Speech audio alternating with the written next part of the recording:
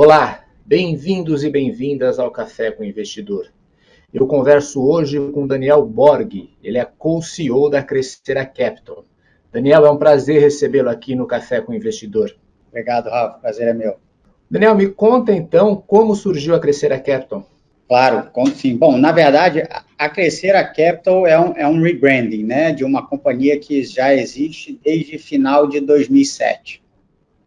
Então, lá atrás, sobre a égide, né, de uma pessoa que hoje é super conhecida, já era conhecida na época, mas hoje é mais ainda, que é o Paulo Guedes, nosso ministro da Fazenda, ele juntou um grupo de executivos para montar uma empresa, né, uma gestora de private equity, mas que tivesse uma pegada um pouco diferente. Quer dizer, que tivesse um foco mais em áreas de atuação temáticas, né? Então, ele juntou esses executivos. No primeiro momento, a gente se chamava BR Investimentos.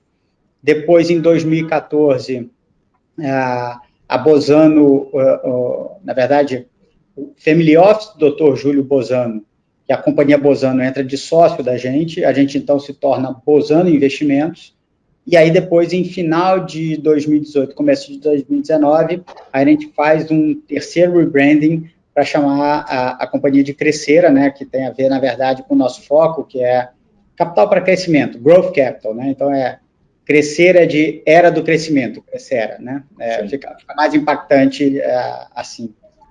Você está, então, desde 2000, no fim de 2007, passando por todas essas fases.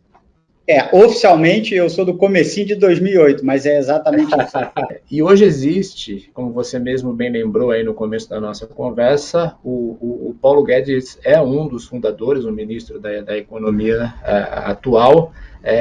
O Sérgio Geraldo Salles também era outro que compartilhava com o Paulo Guedes a cogestão. Paulo Guedes saiu quando assumiu o Ministério da Economia, o Sérgio Geraldo Salles, mais recentemente, também deixou o dia a dia da operação. Existe uma nova geração que está tocando a Crescera Capital hoje? Claro, não, existe. Deixa eu te contar. Na verdade, assim, desde o começo, nós fomos criados como um partnership, tá? Então, isso é interessante porque, na verdade, não existe essa estrutura jurídica no Brasil, tá? Onde, basicamente, uma pessoa é um voto, quer dizer, independente da participação, tá? Então, o jeito que a nossa governança se dá é o seguinte: a gente tem um comitê executivo onde participam os 6 principais sócios, tá? E 2 desses sócios, que sou eu e o Jaime Cardoso, são os 2 co-CEOs, o papel que a gente tem de diferente é que, caso não haja consenso entre esses sócios, o tema sobe para uma instância superior, e aí eu e Jaime, então, decidimos, e é como se fosse uma instância de resolução de impasses, tá?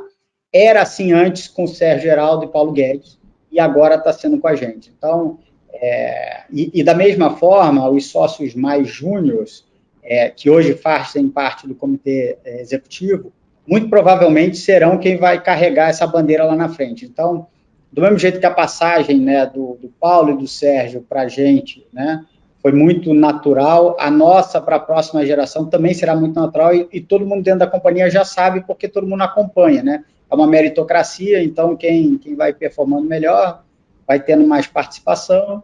Tendo participação, você pode entrar no comitê executivo e assim vai, né? Então, é um processo bastante suave, na verdade. Perfeito, Daniel.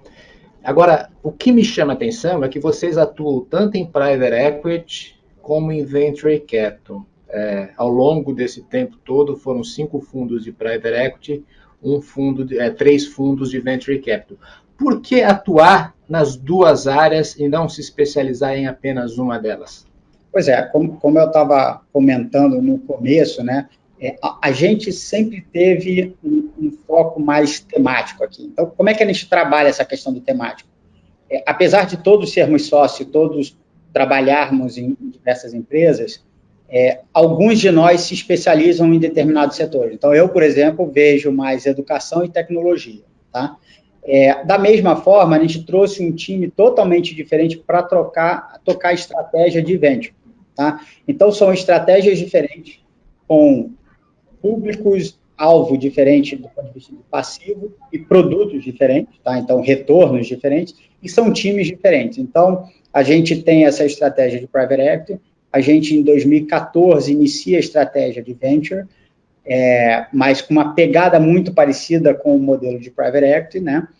E agora, a partir do final do ano passado, a gente trouxe agora uma terceira estratégia, que é de empresas listadas, que são os SPACs. Então, a gente fez uma listagem de um SPAC, e aí também está tendo um time dedicado para isso. Então, a gente trabalha porque, no final das contas, o que a gente percebeu, Ralf, é que é o mesmo CNPJ, mas em momentos diferentes, né? E como a gente tem veículos específicos, a melhor forma da gente poder pegar realmente essa, digamos assim, essa cadeia toda é a gente tendo esses veículos. Então, já teve caso de fundos nossos que a gente investiu no venture e que depois o private equity investe em conjunto, né? O SPAC vai ser mais difícil de acontecer alguma coisa, mas é possível. A ideia é a gente estar junto nessa cadeia toda, né? Então, no fim do dia, o Venture Capital acaba funcionando até como um deal flow para o Private Equity. Pode funcionar, pode funcionar. Aqui no Venture, é importante entender que o Venture, a gente atua desde o very early stage, aí é difícil desse cara virar Private Equity, porque por mais que ele cresça, tá, pode até acontecer. Sim.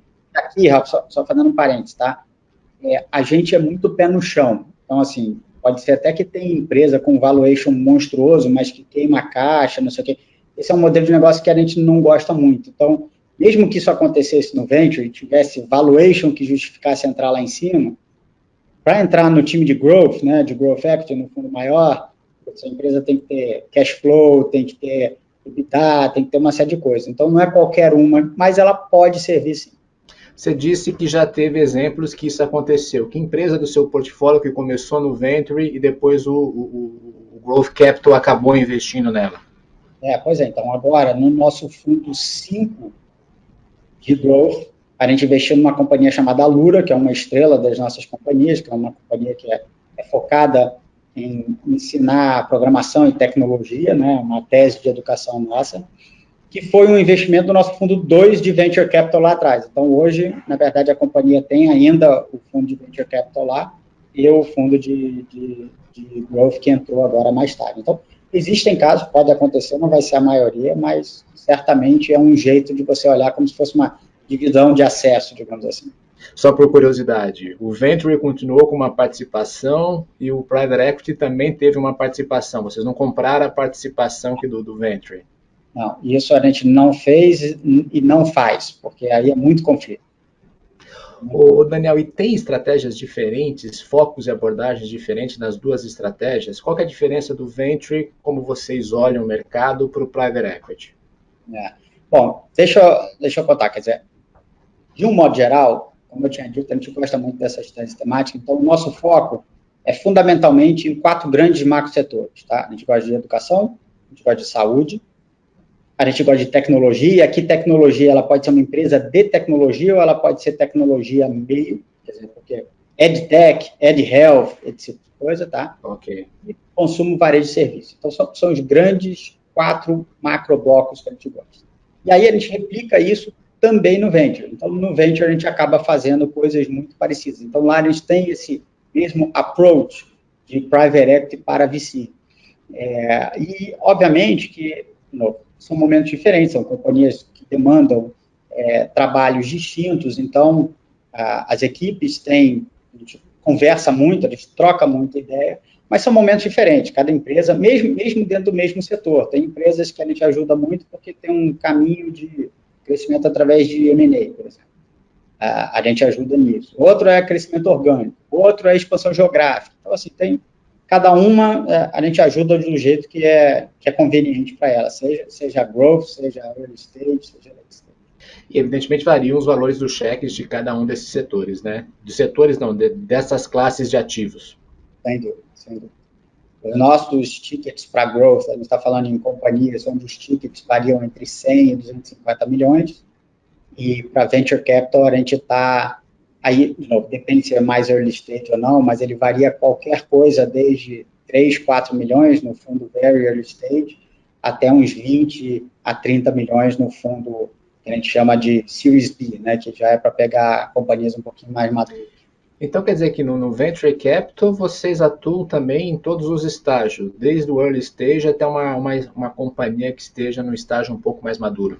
Exatamente. No momento atual, a gente tem um fundo que a gente está levantando, que é o nosso fundo 3 de venture, né? A gente está fazendo, inclusive, no próximo mês aí o segundo fechamento, tá? Esse é focado especificamente em companhias que a gente chama de série B, né? É o cara que já passou do Vale da Morte, digamos assim, né? Já é um risco, um nível de crescimento diferente. Mas a gente, então assim, se você chegar hoje para mim com uma companhia muito early stage, eu não tenho dry powder, né? Eu não tenho dinheiro para investir nela porque meu fundo é mais dedicado. Mas muito provavelmente ano que vem já terei de novo um fundo dedicado para early stage. Então, quer dizer, você está captando um fundo agora de Venture Capital. Você pode comentar um pouco mais? Que fundo é esse? Quanto que vocês estão levantando no mercado nesse momento? Claro. Bom, de novo, é o fundo 3 do nosso Vintage, tá? A ideia é focar em empresas um pouco mais maduras, né? Series B. O nosso target inicial era fazer uma captação de algo em torno de 500 milhões de reais. A gente fez um primeiro fechamento com um pouco mais da metade disso. Vamos fazer agora um segundo fechamento que deve vir mais talvez uns 100 e poucos milhões também. E aí, se tudo correr bem, até antes do final do ano, a gente faz o terceiro e último fechamento. A ideia é ter algo em torno de novo, pensando aí em cheques aí de em torno de 20 milhões, então 20, 30 milhões, a gente está falando aí de potencialmente aí uns 15 ativos, alguma coisa assim. Sempre tem um follow-on que a gente tem que fazer, alguma coisa. A gente já tem 4 ativos na carteira, o fundo está indo super bem e, de novo, acho que agora acabou sendo uma faca de 2 legumes, né? É um timing muito bom para investir, mas é um timing muito ruim para captar. Mas, enfim, É verdade.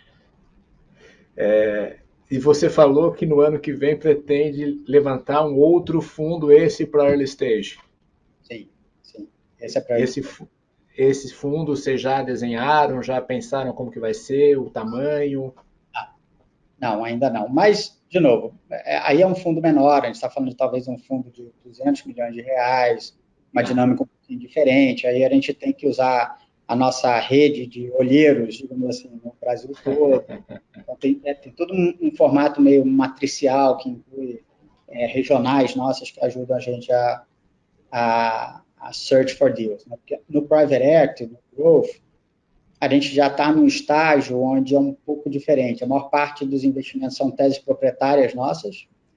Óbvio que a gente acaba participando de processo competitivo, isso acontece também. E hoje em dia, a maior parte das companhias acabam trazendo um advisor para participar também. Antigamente a gente fazia muito deal sem advisor, hoje acaba tendo bastante. De novo, para bem e para mal, porque tem deals que realmente é bom você contar com o advisor, porque ele faz aquele depara, né, daquela conversa. Por outro lado, obviamente, o preço costuma subir um pouquinho, mas no mundo de growth, em alguns setores, principalmente educação e saúde, dificilmente tem deal que sai hoje no Brasil que não vem batendo na nossa porta para a gente conversar. E você falou que este fundo que vocês ainda estão captando, você já tem 4 ativos. Quais são esses ativos desse fundo? Bom, esse fundo a gente tem Bici, que é aquela de bicicletas laranjinhas que todo mundo conhece. Sim. A gente tem uma companhia chamada Rock Content, que é mais de marketing digital, uma companhia super interessante, super bacana. A gente tem uma plataforma de bem-estar chamada Vitude, e a gente tem um quarto investimento, mas que a gente ainda não anunciou, então ainda não posso falar, mas já está bem avançado.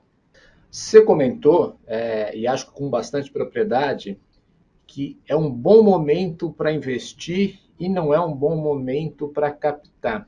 Por que não é um bom momento para captar agora? Na verdade, assim, bom, tudo é relativo, tá, Rafa? Então, só para você entender. Comecinho de 21, estávamos num país chamado Brasil, com juros lá no chão. Todo mundo desesperado, o que eu vou fazer com o meu dinheiro, onde é que eu vou aplicar? O pessoal saindo de renda fixa, entrando para renda variável e olhando tudo quanto é tipo de coisa, inclusive alternativas. Poxa, brincadeiras à parte, que foi durante a pandemia, obviamente, mas poxa, eu captei sentado, sabe, no meu escritório de calça jeans. Pô, um negócio maravilhoso. Eu não precisava de muita coisa e tinha bastante dinheiro. Então, naquele momento era totalmente diferente do momento atual. O momento atual é um momento bem mais complexo, com muito mais incerteza. E aí não é só Brasil. O Brasil ainda tem, né, a gente sempre potencializa um pouquinho mais, a gente tem eleição, a gente tem Copa do Mundo, tem toda a confusão acontecendo, então toda vez que tem incerteza é mais difícil você captar. Os nossos produtos são produtos de mais longo prazo, né? Então a pessoa investe no nosso fundo e fica com a gente por 8 anos, potencialmente até 12. Nunca chega a tanto, mas o compromisso é de mais longo prazo. E tem um outro fator que você comentou, sair de um juro de 2% para um juro de mais de 13%. E isso não é uma exclusividade no Brasil, assim, os juros estão subindo no mundo inteiro. Então, acho que isso não é um outro componente que faz com que essa classe de ativo fique menos atraente? Certamente. Mas aqui, de novo, o investidor que tem patrimônio, né, que tem, quem que investe em private equity hoje? São family offices, são high net worth individuals, são institucionais, né, quer dizer, gente que já está num jogo um pouquinho diferente, onde ele naturalmente, o percentual da carteira dele, ele aloca nisso. Quer dizer, obviamente que com juros mais altos é pior, você tem toda a razão, mas ele aloca. Agora, para o investidor normal, médio, aquele que está entrando bastante, esse cara, obviamente, ele olha o mercado e vê muitas oportunidades de ganhar um retorno maravilhoso sem nenhum risco, muito menos risco. Esse cara não vê. Esse é exatamente isso, tá? Mas aqui, de novo, é uma conjunção astral hoje pior, né? Agora, gestoras como a Crescera Capital, que tem um track record ali de diversos fundos e de vários anos atuando nesse mercado, não é mais fácil para vocês conversarem com a sua rede de investidores para seguir investindo contra gestoras que estão começando agora? Sem dúvida, sem dúvida. Fazer um primeiro fundo, né, o First Time Fund, ele é muito complicado, é muito difícil. Então, para quem está começando, bastante difícil. Para quem já tem um track record, mas ainda não apresenta, quer dizer, track record que eu digo é um track record de um ciclo completo, tá? Que é como o americano fala. Porque não é só você levantar um fundo e investir, é você levantar um fundo e investir e desinvestir e devolver o dinheiro para o seu cliente. Porque o gringo olha muito assim, tá? O ciclo para ele é completo, não é a questão de levantei um fundo, já investi, vou para o próximo. Então, de fato, e aí, como eu te falei, são fundos longos, então até você fazer um ciclo completo, esse negócio demora, vamos lá, entre captar um fundo e começar a captar outro, talvez uns 8 anos. Então é isso mesmo, não é fácil, você tem que ter track record, no mínimo, né? E aí, de novo, a gente tem a vantagem de poder mostrar nosso track record e poder falar com os investidores o que a gente já fez e eles tomarem uma decisão mais informada sobre investir ou não. Quais são, então? Você pode comentar? Vocês têm vários casos de desinvestimentos já que você pode citar. Claro, não, vamos lá. Bom, a gente, na verdade, aqui na Crescera, a gente já fez 4 IPOs. Então, esse já é um número relativamente grande comparado com a quantidade de investimentos que a gente fez. Então, a gente fez desde Abril Educação, que depois virou Somos, esse aqui foi um investimento que meio que plagiando aqui, né, como diz, deu início à série, né? Que foi um caso de sucesso bastante interessante, junto com o Grupo Mídia. A gente fez Anima Educação, que é uma companhia que está listada até hoje também. A gente fez um IPO em 2019 em Nasdaq, uma companhia chamada Afia. Essa também é uma companhia que é um case bastante interessante, que aí já começa a misturar mais setores tradicionais que estão sofrendo disrupções tecnológicas, né? A gente fez o IPO da Estapar, que era uma companhia nossa, mas a gente tem várias outras companhias, casos de sucesso, muitas que o público conhece. Então, a gente foi investidor no Hortifruti, para quem é do Rio de Janeiro, o São Paulo conhece muito bem. Hoje a gente está no Uva Hortifruti, que é o mesmo segmento. A gente investiu na Forno de Minas, é um negócio que todo mundo conhece.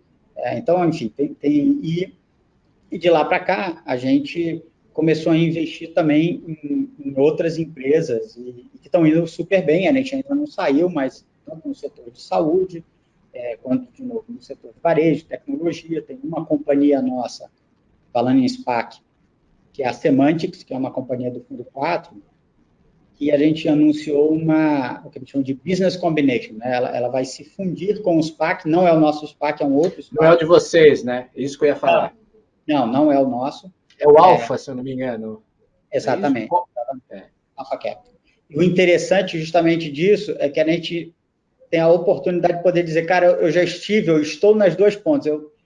Tem um time meu que é um SPAC que busca ativos e tem uma investida minha que está fazendo business combination. Então, eu estou vendo exatamente como é que esse mundo funciona, entendeu? Literalmente aqui, de cabo a rabo, né? Então, é muito interessante. Ô Daniel, e por que um SPAC? Por que vocês, com tantos veículos, resolveram também entrar e fazer uma captação para ter um SPAC? E, evidentemente, vocês estão agora procurando esse ativo para fazer um investimento. Vocês têm um prazo, acho que foi em novembro o SPAC de vocês. Vocês têm aí 2 anos até encontrar esse ativo, se eu não me engano. É isso.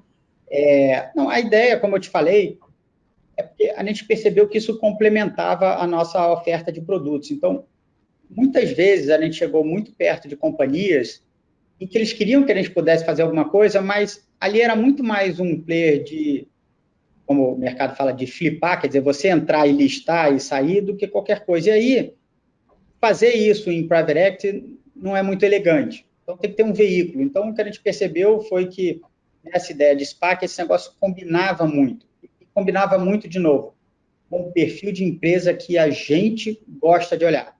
Então, a gente está aí em busca de ativos, né, nesse momento, para esse SPAC, e a gente tem conversado com empresas muito interessantes, de vários setores, porque a gente não está focando só necessariamente em coisas super high technology, a gente está olhando tudo que a gente gosta, o que a gente prometeu, que é saúde, educação, varejo, serviço, então a gente abre uma gama maior. Então, para nós, a estratégia de SPAC, ela de fato vira uma vertical a mais, tá? Quer dizer, a ideia é que a gente vai fazer vários, esse é o primeiro de uma série de SPACs que nós vamos fazer. A princípio, essa ideia, mesmo com o mercado de SPAC bamboleando, e de novo, o que está acontecendo aqui é parecido com o que acontece no setor de VC agora, onde tinha uma liquidez muito grande, uma exuberância irracional, né, como dizia o Greenspan, e agora o mercado de SPAC está se ajustando, vai se ajustar, a gente acredita nisso, né? Então a gente vê isso aí como um negócio que complementa muito bem a nossa tese. Aí você perguntou se era o nosso SPAC, só para deixar claro, teoricamente, o meu SPAC pode pegar uma companhia de um portfólio meu. Então, não tem nada não tem restrição que restrinja isso. Mas na prática, de novo, é pouco provável que a gente faça isso. Muito pouco provável. Não tem por que fazer isso. O ativo é aqui no Brasil, que vocês vão buscar para fazer esse SPAC depois. De novo, o mandato é maior do que Brasil, mas, honestamente, se a gente aparecer com uma empresa que não é próximo da gente, eu vou, sei lá, dar um exemplo aqui anedótico, né? Eu vim com uma empresa, sei lá, de Moçambique, nada contra Moçambique, de jeito nenhum, mas é só dizer assim, um lugar longe, que a única coisa que tem em comum é que está no mesmo paralelo, digamos, que a gente. A chance da gente ter algum tipo de vantagem competitiva é muito baixa, então não é essa a ideia. A ideia é realmente a gente trazer empresas que a gente sabe que a gente consegue ajudar, porque o play de SPAC é que no dia seguinte nós participamos daquilo. Então, também não é para a gente entrar e ficar pouco tempo. A gente entra, ajuda aquela companhia e dá mais uma pernada de crescimento. Você citou também, Daniel, uma frase de exuberância irracional, que é uma frase do Alan Greenspan e se referia muitas vezes à bolha.com que aconteceu lá nos anos 2000.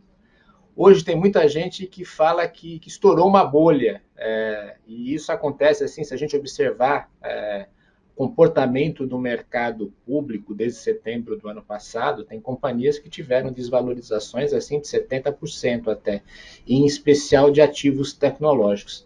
Você acha que houve uma bolha no ano passado, nos últimos 2 anos? Eu acho que é bem claro dizer que os valuations estavam começando, quer dizer, vamos lá, lembra que aqui você está me perguntando agora mais de mundo líquido, eu sou do mundo ilíquido, tá? Mas assim, Claro, o de private equity, ele tem que acertar a precificação de entrada, porque ele só tem basicamente duas grandes chances de ganhar dinheiro. Ou ele entra num preço que ele vai ter um ganho, né? Ou ele consegue executar aquele plano, eu estou simplificando, tá? Mas ele consegue executar. Então, a gente sempre foi muito value-driven, né? A gente faz uma análise de quanto vale a companhia baseado naquilo que a gente de fato acha que vale e o que ela vai valer. E, inclusive, o mercado todo sabe que a Crescera não é necessariamente o que vai pagar mais, normalmente não é. Mas os caras têm que entender que a Crescera talvez seja o cara que consiga entregar mais, apesar de talvez não pagar tanto. Então, o que eu acho que é bem razoável de dizer é que tinha muita liquidez no mercado, fato, ainda tem, está enxugando, mas tinha muita liquidez, e dinheiro barato faz com que você cometa alguns excessos. Então, no caso dos valuations, principalmente na área de tecnologia e na área de venture, isso somado a, digamos assim, a coisas um pouco mais criativas, aqueles elementos sintéticos de criar valor, tipo uma liquidation preference, um negócio desse, fazia com que os valuations, né? Tem gente que nunca viu down round, né? Um round num valuation mais baixo. Estamos apresentando agora down round para esse pessoal, porque é isso que vai acontecer. Então, assim, de fato, acho que está esticado. Mas como toda crise, né, tem sempre um overshooting ou um undershooting. Agora a gente também caiu, esse negócio volta um pouquinho, mas vai demorar para voltar naqueles níveis. Mas eu acho que, do mesmo jeito que a bolha original, né, acho que ali teve, obviamente, que é quase que um darwinismo ali na veia, né? Quer dizer, o survival of the fittest. O cara que realmente não está tão pronto, ele não vai aguentar. Mas quem sobreviver, de novo, viram as empresas que vão ser campeãs de amanhã, né? Então, essas empresas que sobreviveram foram as Amazons da vida, as Microsofts, as Apples e tal. Putz, esses caras são os grandes líderes hoje. Então, agora, de novo, quem sobreviver também, muito provavelmente, serão os grandes líderes lá do futuro. você viu também nesse momento as principais gestoras americanas soltando cartas e fazendo uma série de recomendações para as empresas do seu portfólio. Que recomendação vocês estão dando para as empresas do portfólio da Crescera Capital hoje? E hoje, qual que é o tamanho desse portfólio? Assim, quantas empresas, qual que é o valor de ativos sob gestão que vocês têm? Bom, hoje a Crescera a gente gerencia um pouquinho mais de 6 bilhões de reais. No momento, a gente tem dois fundos ativos de growth, né, que é o fundo 4 e o fundo 5, e o de venture a gente tem, oficialmente, os três estão ativos ainda, né? Então, o problema é que o de venture distorce isso, porque no nosso fundo Venture Early Stage, a gente chegou a ter 36 investimentos, então você vê que é coisa pra caramba. Mas a gente tem, vamos lá, em umas 20 portfólio companies ainda, tá? Mas várias muito pequenas. E aqui, de novo, não tem muito segredo, né, Rafa? Acho que é um momento de aperto de liquidez, as companhias têm que se preparar para ter pouca liquidez. Obviamente que isso tem impacto diferente dependendo do seu tamanho. Então, para as empresas que são maiores, isso é um risco diferente, aí são outras preocupações, apesar de que, estruturalmente, a gente escolheu esses setores que eu falei porque eles são os setores naturalmente mais protegidos. Tá? Então, eu digo isso porque, assim, a gente acabou de passar por uma situação de pandemia, a maior parte das nossas empresas cresceu e continuou crescendo durante a pandemia, mesmo que não tivesse uma pegada tech, tá? Pelo setor que ele estava. Então, isso por si só já mostra muita resiliência, então a maior parte das nossas companhias são bastante resilientes. Mas para as menores, obviamente que alguns movimentos têm que ser feitos muito rápido. Então, levar em consideração que estamos passando por um momento onde, possivelmente, aí, pelos próximos 6 a 8 meses, pelo menos, talvez, a situação de caixa seja um pouco mais apertada, então se prepara, sabe, não tenta shoot for the moon, tem muita empresa eventualmente a gente pode investir um pouco mais e até crescer um pouco mais, mas talvez seja o momento de, puxa, vamos ficar um pouquinho, talvez não vamos crescer tão rápido, vamos crescer um pouquinho mais lento, mas vamos pelo menos ter um pouquinho mais de segurança. Eu acho que aqui, de novo, esse aqui é o playbook normal de gestoras de private equity, de venture. Acho que aqui, de novo, o interessante é que essas coisas dependem muito do setor, dependem muito de fase. Por exemplo, a gente tem muito investimento em saúde. Eu vou dar um exemplo anedótico, só para você entender do que eu estou falando. A gente tem uma das empresas nossas, é a Hospital Care, que é a nossa consolidação de hospitais. A maior parte dos nossos hospitais são no interior, nas cidades do interior de São Paulo. Quando começou a história do lockdown, a gente sofreu muito, porque, contraditoriamente, ninguém estava indo para o hospital. Né? Na verdade, era aquela história, ninguém ia para o hospital. E a gente começou a fazer lockdown, por exemplo, em cidades como Campinas, onde aí não... Campinas até era um caso que tinha, mas cidades menores, onde ainda nem tinha tido caso de Covid, e a gente já estava fazendo lockdown preventivo, lógico, né? Mas até esse negócio normalizar, então, curiosamente, uma das nossas empresas, que é a Hospital Care, ela, na verdade, ela sofreu na pandemia, porque até esse negócio melhorar, a maior parte da receita do hospital vem na verdade, de procedimentos que você faz que são eletivos, não são cirurgias, já até tem de emergência. Né? Sim. Parou, secou tudo. Né? Por outro lado, uma companhia nossa, que é o Grupo Zelo, é uma consolidação nossa, basicamente o foco são planos funerários, cemitérios e crematórios funerários, e é interessante porque aí todo mundo também olhava e falava, então, putz, vocês adivinharam que estava vindo a pandemia, não sei o quê. E o pessoal nem entende que é exatamente o inverso. Ao contrário, eu vendo um plano funerário. Quanto mais tempo o cara pagar o plano antes de falecer, virar óbito, melhor para mim. Não o contrário, de começar. Então, você vê que, assim, depende, né? Tem Claro. Tem muita história, Rafa. Eu imagino. Daniel, a gente está chegando ao final do programa e no final eu faço um bate-bola que são perguntas e respostas rápidas. Vamos lá? Vamos lá. Vamos, né? Vamos lá. Quem te inspira?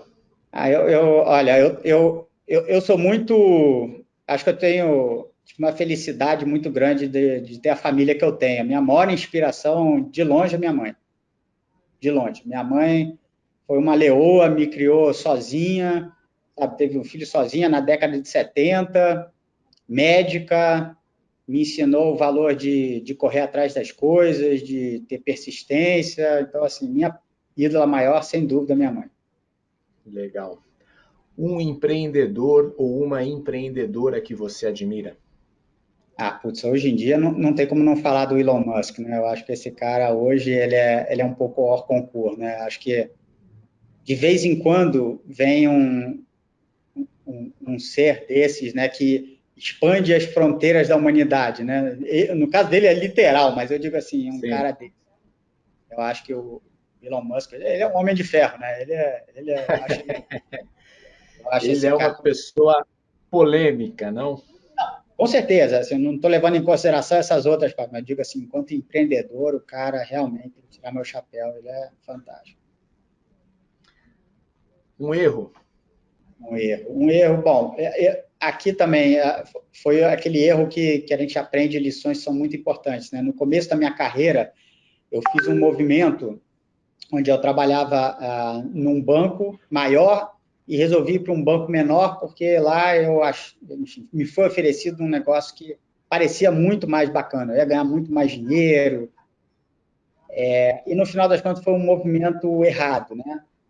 Então, assim, eu acho que o erro foi ter feito isso, mas o principal para mim foi ter aprendido que assim, faça a coisa certa e o dinheiro vai vir, não o contrário, assim, não corre só atrás do dinheiro, porque ele não é o melhor advisor que tem. E um acerto? Um acerto, acho que foi quando eu decidi fazer um MBA fora. Acho que estudar fora foi um negócio muito importante para mim, como ser humano, não só academicamente, mas você poder conviver com outras pessoas, fazer o networking, ter uma visão diferente de mundo. Eu acho que hoje, né, se eu pudesse dar também uma dica aí para o pessoal mais novo, quem puder, tiver a oportunidade, saia, vai estudar fora do Brasil, vai conhecer outras culturas, é muito enriquecedor, em todos os sentidos. Que MBA que você fez? Eu fiz o MBA em Northwestern, em Kellogg, lá em Evanston, Chicago. Legal. Um livro? Bom, Ralf, eu gosto muito de ler, tá? E assim, eu tenho 3 fileirinhas de livro, né? Eu tenho o meu livro de trabalho, né? Que são os livros que eu quero ler, alguma coisa que tem a ver com trabalho. O livro que é para me fazer uma pessoa melhor, digamos assim, né? Coisas de cultura geral, enfim. E o terceiro que é de ficção, né? Nessa caixinha do meio é onde eu mais me divirto. Então, assim, um livro que eu gosto muito, que eu gostei muito, foi o Sapiens, do Yuval, ou Guns, Germs and Steels, do Jared Diamond também. São esse tipo de livro assim, que mistura sociologia, antropologia, história. Eu acho muito legal. Sabe que esses 2 livros, quer dizer, o Sapiens tem um pouco da influência do Guns, Germans and Steel também. Exato, exatamente. Não é à toa que eu gostei dele. E por fim, Daniel, um hobby. Eu adoro viajar, gosto muito de viajar. Para mim é uma delícia. Eu tenho hoje um filho pequeno, que ainda tem 6 anos, então as viagens agora são um pouquinho diferentes, mas eu estou louco para ele. Eu não vou dizer que eu estou louco para ele crescer, não, isso é maldade, de jeito nenhum. Eu adoro ele, mas quando ele crescer, de poder voltar a viajar com a família toda, conhecer lugares, conhecer culturas, eu gosto muito. Legal, Daniel. Foi um prazer conversar contigo, conhecer a história da Crescera Capital. Obrigado, Rafa, eu que agradeço. Legal. Este foi o Café com o Investidor. Eu conversei com o Daniel Borg, ele é co-CEO da Crescera Capital. Você pode assistir esse programa nas páginas do Neofeed, neofeed.com.br ou na nossa página no YouTube. Você também pode ouvir esse programa no seu tocador preferido de podcast. Obrigado e até o próximo episódio.